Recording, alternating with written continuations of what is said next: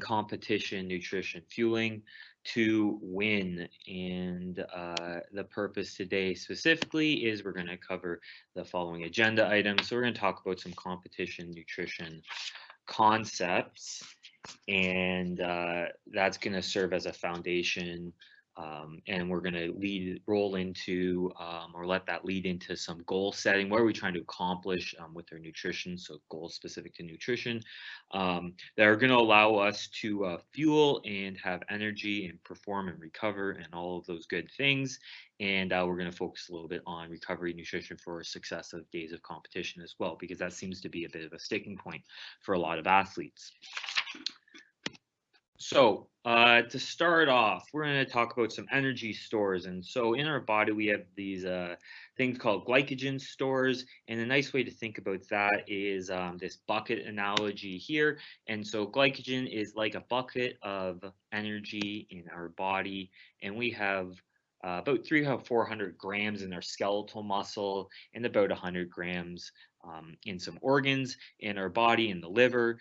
And what's going to happen is these energy stores are going to go up and down based on the number of things, our training, the time of day, how much we're exercising, what we're eating, all of that kind of stuff. And that's going to change how much energy we have stored in the bucket. And the goal really here is then to keep that bucket full of energy at the right times. In this case, it would be around training, have lots of energy so that you can, or sorry, not around training. In this case, it's around competition, and have lots of energy for that competition so that we perform well.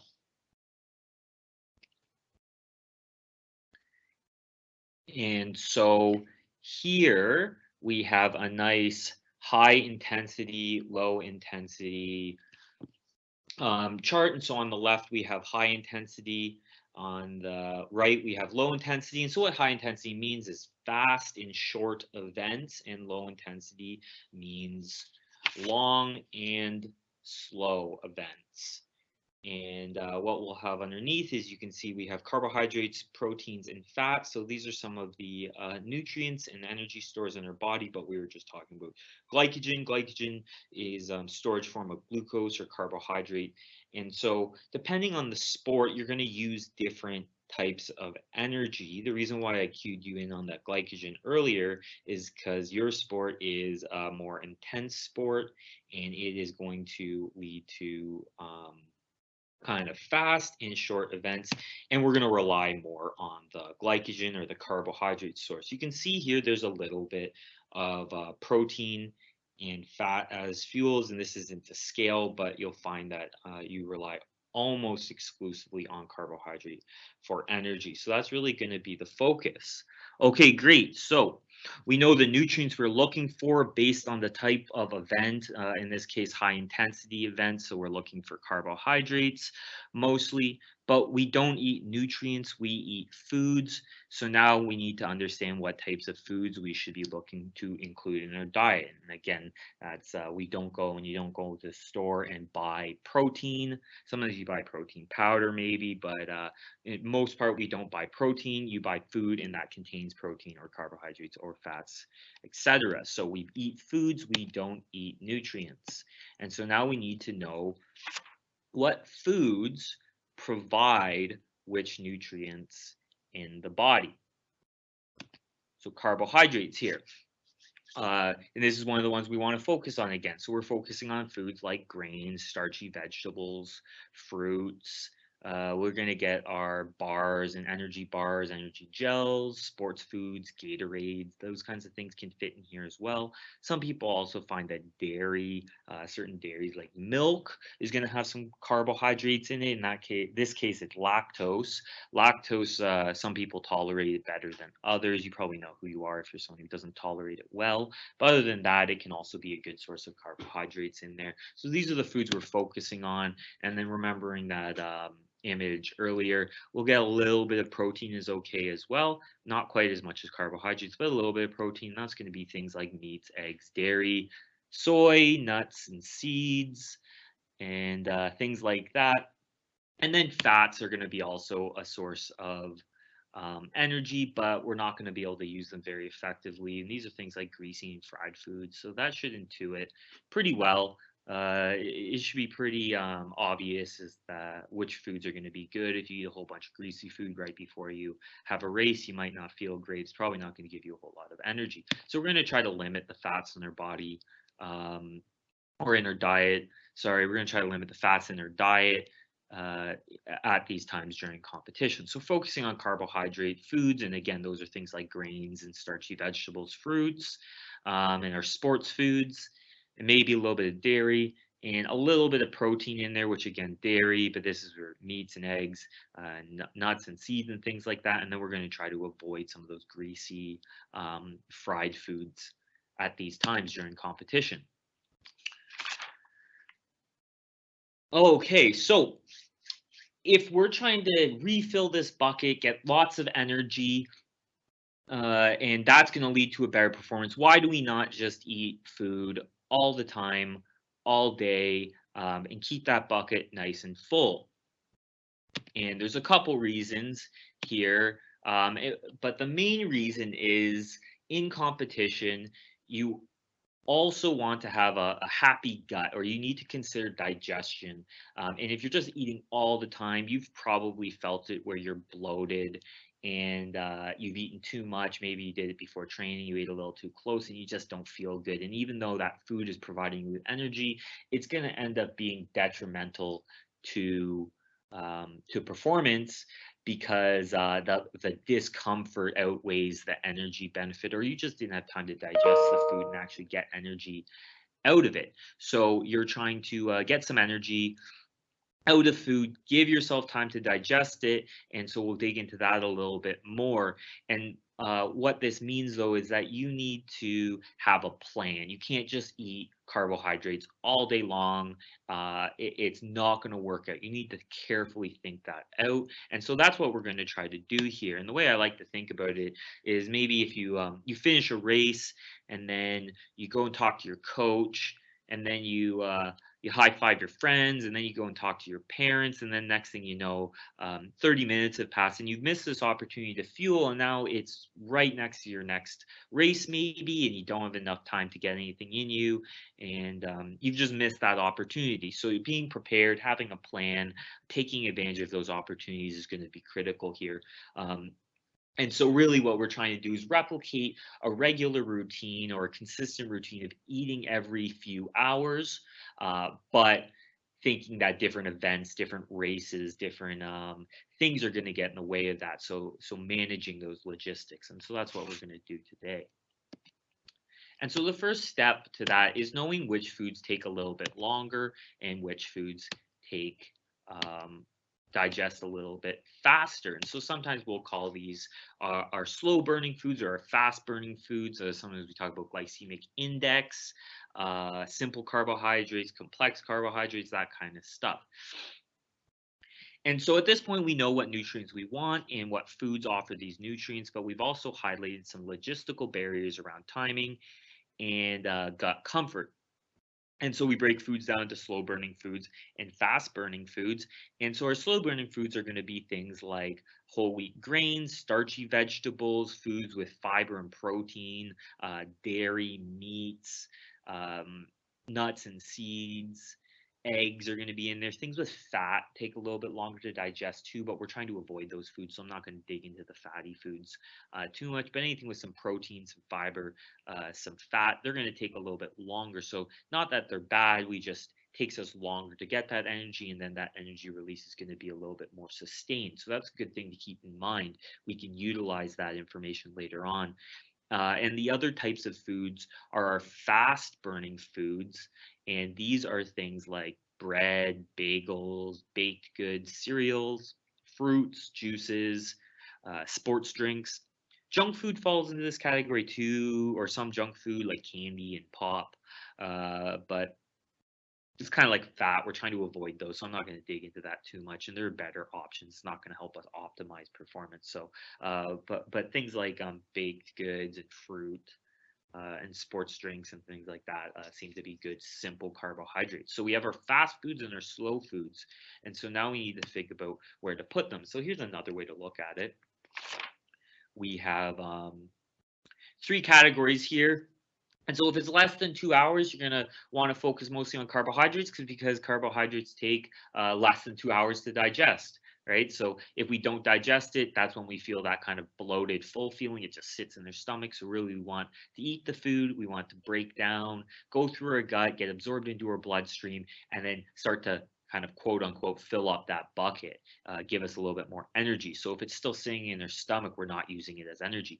Carbohydrates take less than 2 hours. So there are going to be some of our faster foods, with fiber being technically a carbohydrate, but a little bit of that exception where it takes a little longer. And then protein. So thinking back to our slow burning foods, protein was one of the reasons why it burns a little slower.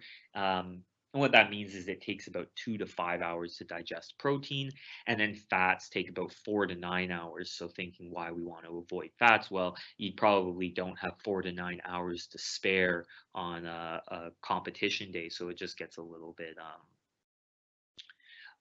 hectic there. So you just don't have that time, which is why we're avoiding the fats. Um, and then, so what we can do then is start to categorize foods. And so this is kind of like a 3-2-1 rule before events.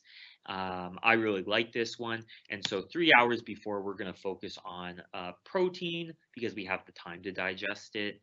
We know protein's good for us. We think back to that earlier slide. Protein can help a little bit there. A little bit of fat, again, that's the least priority, but a little bit of fat. We have a little bit of time here, but not a whole lot, and then a whole bunch of carbohydrates as well. But as we start to run out of time, 2 hours before an event, maybe we're going to start to cut out the fat entirely. We just don't have time to digest it anymore. But you can see here, we're going to prioritize or focus on protein a little bit less because we have less time to digest it. You might be able to digest smaller amounts, but not a lot. And we're going to focus more on carbohydrates. And then at 1 hour, we're going to focus almost exclusively on carbohydrates. And so what a 3 hour could look like is maybe it's a chicken wrap, or maybe chicken and rice, or maybe like salmon and sweet potato, something like that. Whole wheat pasta and meat sauce. So it's a little bit more like a full meal, as you can see there. Oatmeal and milk and berries and maybe some yogurt there, or some, maybe a peanut butter sandwich, some other kind of sandwich. So some of those whole foods, whole meal type concepts, but not something super heavy. You didn't go and get this, big steak or anything like that. And not going to focus too much on the vegetables because the vegetables have that fiber, and again just takes a little bit longer. It's not going to provide you energy. A lot of you probably like that you don't have to focus on vegetables right now. And then that kind of 2 hour mark, you're thinking more, maybe granola and fruit, or maybe half a sandwich. That's a nice trick. Sometimes you just eat less of your 3 hour foods. There could be a cereal and milk, or maybe bagel with some cheese on it, something like that. And then as we move to that 1 hour mark, you're focusing on the carbs. So that's like maybe a banana and a muffin, maybe a sports drink, granola bar, maybe some arrowroot cookies, something like that. So you're just focusing on the carbohydrates at that point. This is a nice slide. This is one that maybe you want to print out, or have ready when you're actually trying to prepare for a weekend. Maybe if you're the day before you're going to the grocery store, you're batch cooking, or if you're packing your bag for a double day or the cooler or whatever. This is a nice slide there. So just a whole bunch of ideas there. And then making sure that you're drinking water. So we'll talk about hydration a little bit now. So fluids and electrolytes. You need to stay hydrated, but how do you know if you're drinking enough? And that's a good question. Sometimes it's a little bit hard to get an answer to that. So one nice way is to use urine colors. So if you take a look at this chart down here, if you're well hydrated, you probably should be seeing kind of clear or pale yellow urine. If you're starting to see kind of bright yellow or dark yellow urine, it means you're getting pretty dehydrated. That's going to impact your performance. If you're thirsty, that's probably a good sign that you're dehydrated. That's going to impact your performance. So you want to make sure that you're drinking lots of water and fluids. And if you're seeing that kind of dark brown urine color on the right, you're severely dehydrated. You probably want to go talk to medical staff or someone. That's not good. Maybe your kidneys are shutting down or something. That's not a good color to see, but that's pretty rare. You have to be pretty dehydrated for that to be happening there. But that could always happen in your sport. You're out on the water, hot sun, that kind of stuff. So making sure that you're hydrated is going to be really important for performance and for health. So what do we do about that, or what counts as a liquid? Obviously, water counts, but really any type of fluid can count uh, as far as improving hydration here, but then just keeping in mind what else is in it. So milk, again, it's got fluid, but it's also going to have some fats and some protein in there. And that's great if you're looking for a little bit of protein and you tolerate lactose pretty well. But if you don't tolerate it really well, obviously stay away from milk. If you're, 20 minutes before a race, maybe drinking, a liter of milk's not a great idea, even though you want to hydrate a little bit. So you got to think of what else is in the foods as well. So if you're really going to kind of stick to maybe a couple options, if you go with a water, yeah, you can never go wrong with water. And then some kind of sports drink as well is probably a good idea. It's going to get you some of those carbohydrates and electrolytes as well, and the fluid, so it can be that good kind of 1 hour mark there. But you can really again go with any types of fluids. Just weigh out how much time you have to digest some of the thicker or more complex fluids there. Okay, so that pretty much covers our pre-competition or pre-race priorities. So again, really it's about we're trying to fill that bucket up, making sure you have lots of energy, but you also need to stay hydrated, and then you need to consider digestion rates. So not feeling too full or bloated. So choosing the right types of foods to fill up that bucket prior to racing, getting some fluids in there, and that's it. That's the prep phase. So now we're gonna transition into recovery, and so use this thing called the 3 R's of recovery, and you try to usually get this within that 30 minutes, and so that's rehydration, refueling, and rebuilding. So rehydration has to do with the fluids, and refueling has to do with carbohydrates. And so we just covered that. So that's nice and simple. Same priorities before you want to get carbohydrates and fluids, after you want to get carbohydrates and fluids. Nice and easy. But then the difference is here is protein. And that's really important to key in on, because that's going to help with the muscle recovery, but it also creates a bit of a logistical barrier to get that protein, because it takes longer to digest. And if you've got 2 or 3 hours, before you have to do anything again, that's nice. But what ends up happening a lot of times is your before an event time really just merges in with your after an event time, and you don't have a lot of time there to get everything in. You don't have enough time to digest the protein. And so the rules get a little conflicted. So I'm telling you, yeah, before don't have too much protein, it takes a long time to digest. And then after, I'm saying you need that protein. But maybe you got some events that are really close together. And so it gets a little hairy. But if you got no room for protein, then you just push that protein and recover after your next event or when you have time. So in a way, get your carbohydrates, get your fluids, choose the right type of carbohydrates if there's not enough time.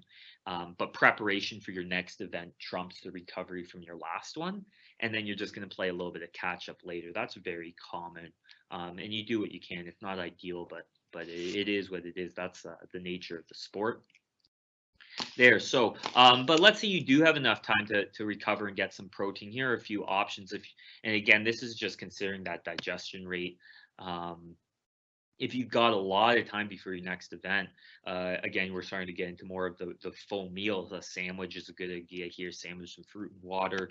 If you got a little bit less time, you might go with a little bit of dairy, make a smoothie. Obviously, you need access to a blender, or you've pre-prepped the smoothie there. So that's, again, that planning for the event, or maybe a sports bar, or the other options going with whole food options. Again, it could be dairy, or you could go get your protein from some nuts, a handful of nuts, and then muffin, and get your carbohydrates, and drink a little bit of water or sports drink or something in there. So really carbs, fluids, and proteins, and you're just considering that digestion rate when you have the time.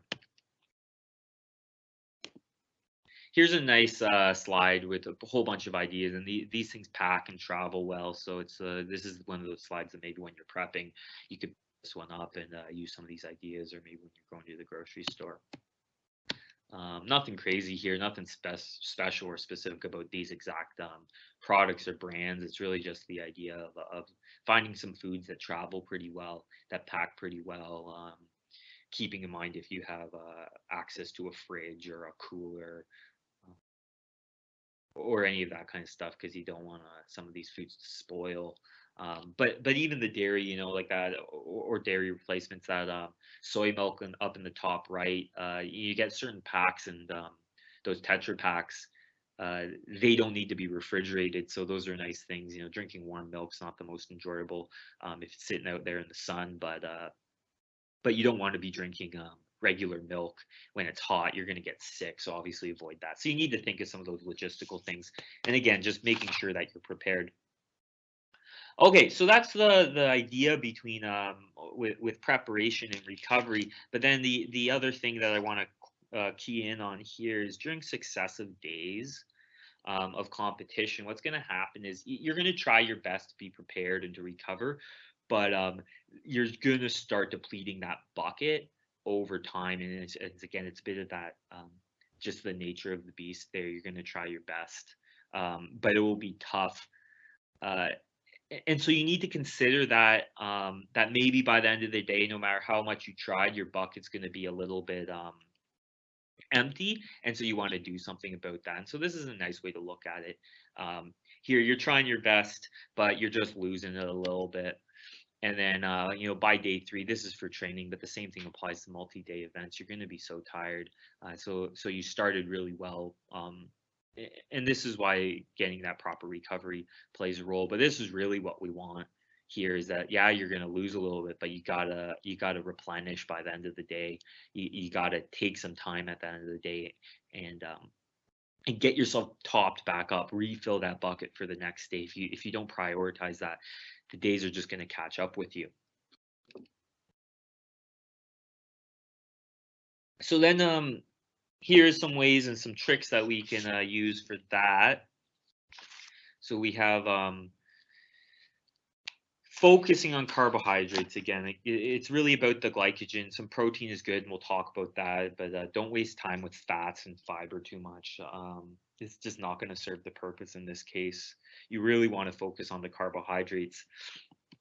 And so you can see here, I'm actually going to start bottom up on this slide. So a normal recovery day, maybe normal days, you're going to have some complex carbs. These are those slow burning carbs from earlier that do have a little bit of fiber. And protein, and that's usually enough. But if you're really burning yourself out, breaking yourself down over time, and performance is so critical here in competition. It's one thing if you have a bad training day, a bad practice, but you don't want to have a bad competition, a bad race when it really matters. So we're going to focus on this rapid recovery day. And so really we do rapid recovery when it's a multi-day competition. And so you're going to have fuel on a regular basis, between games, or in your case, between races after your last race. I should say race. I apologize for that, not games. And then you're going to have the big carbohydrate-based meal, and that can have some of your normal slower burning, like your rice and your whole grain and things like that. But then you're going to do a top up. You're going to top it up with those fast burning or high glycemic carbohydrates there.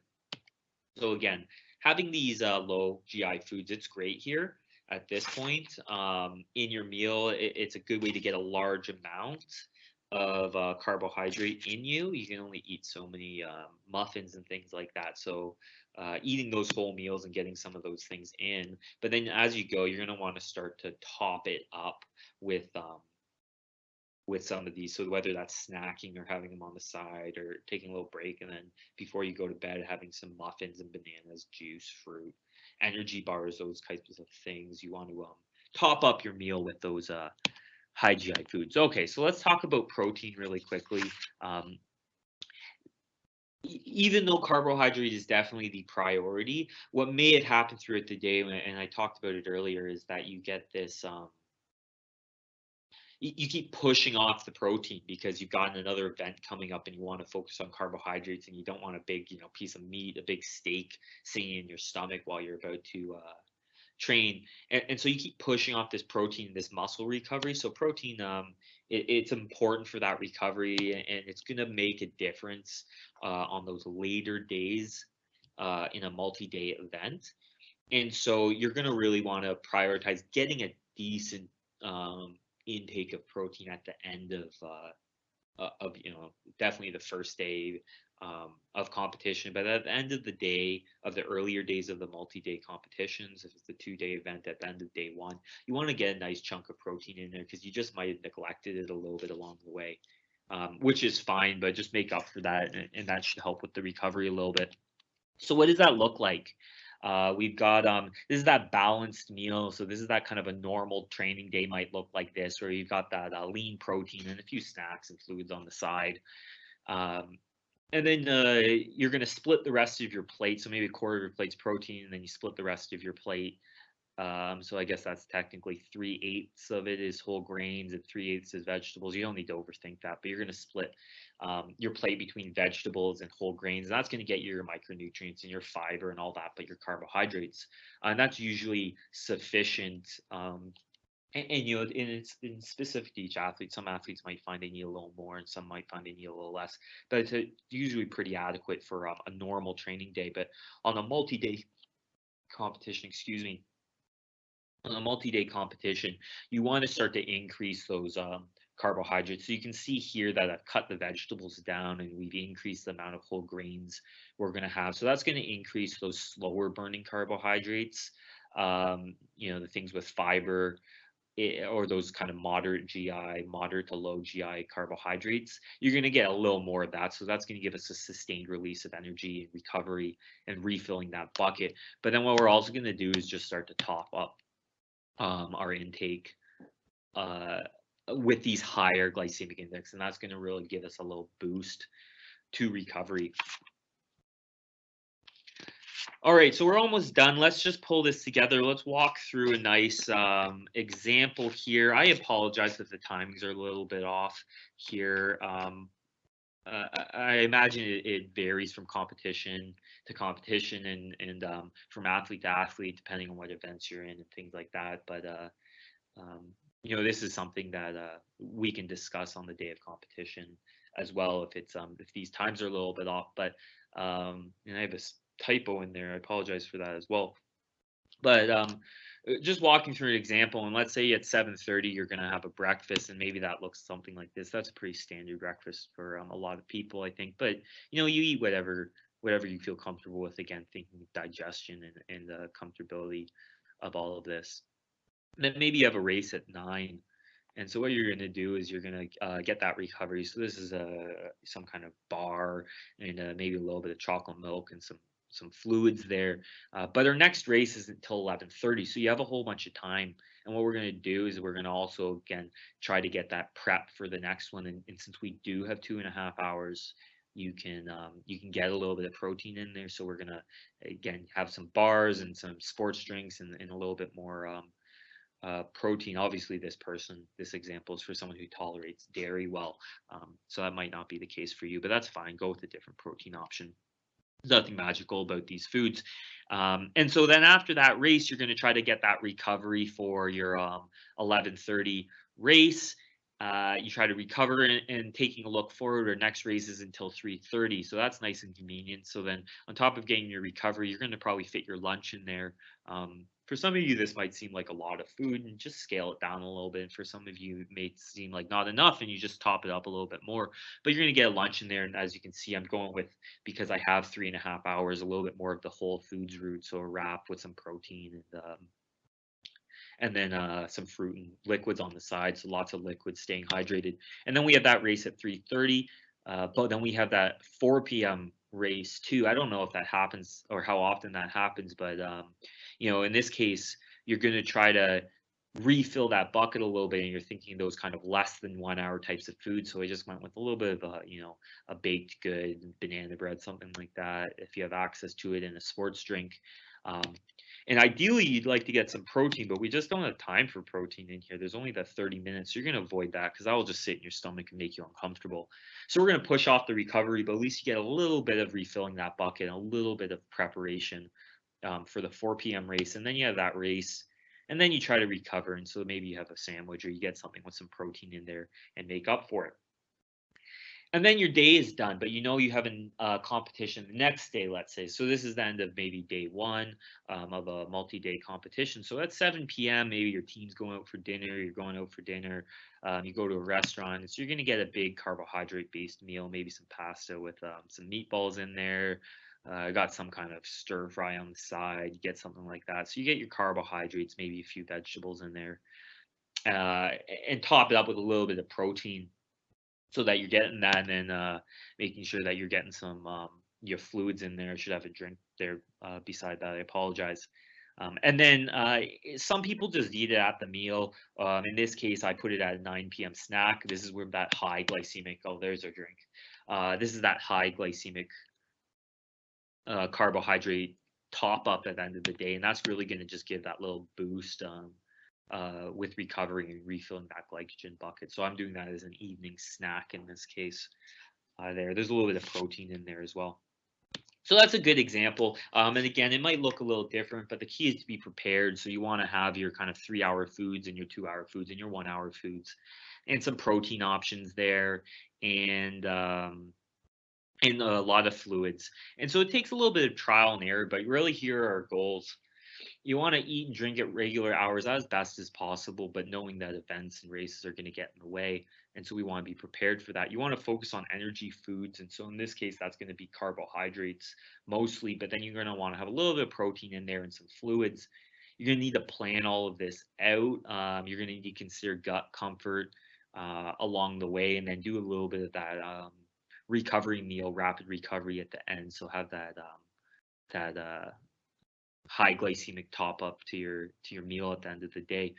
But really, what you want to do when you're planning for all of this is maybe that meal at the end of the day is probably going to come from a restaurant, but you want to plan and have all these foods available. You don't want to be running around looking for your food. So you can create a little bit of a checklist, and this is something I can actually go through with you.